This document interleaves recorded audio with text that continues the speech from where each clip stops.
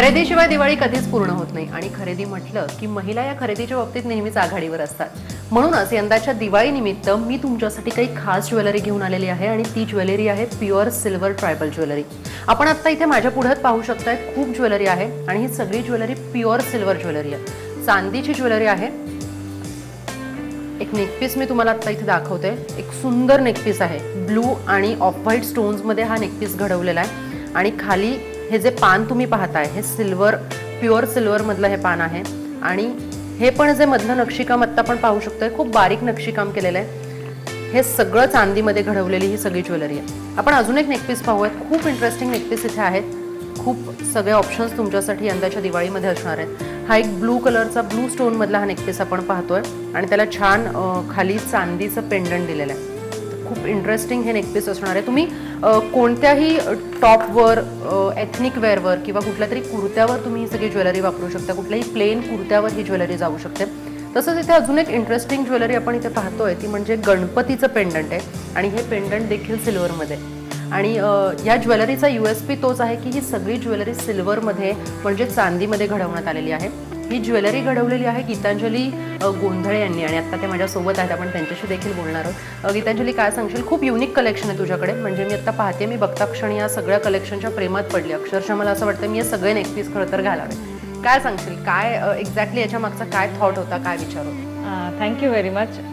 ह्याच्या मागचा विचार अगदीच मुळात युनिक ज्वेलरी क्रिएट करणे हा होता।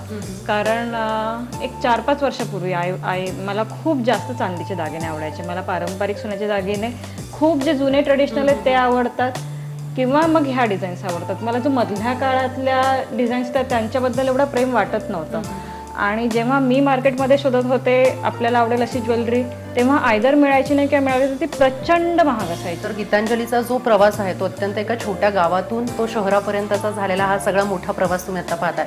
मालेगावहून तू आलेली आहेस, खूपच लहान गावातून आलेली आहेस, मात्र तरी सुद्धा आज एक स्वतःचा ठसा तू उमटवलायस या सगळ्या क्षेत्रामध्ये। काय सांगशील याविषयी? मालेगाव मध्ये ॲक्च्युली पॉवरलूमचं खूप काम चालतं, हातमागाचं, हँडलूम आणि पॉवरलूम। आणि तिकडचं जे आधीचं पाहिलेलं आयुष्य आहे, नंतर जेव्हा खूप ट्रेकिंगची आवड होती तेव्हाच पाहिलेलं तिकडचे डोंगर दऱ्यांमधले ट्राईब्स आहेत। तर मुळात ही सगळी जी jewellery that is inspired by tribal life. तर मुळात ह्याचा मागे खूप मोठा विचार हा आहे की ही ज्वेलरी तुम्हाला तुमच्या आजच्या आयुष्यामध्ये, आजच्या लाईफस्टाईलमध्ये सदैव घालता आली पाहिजे।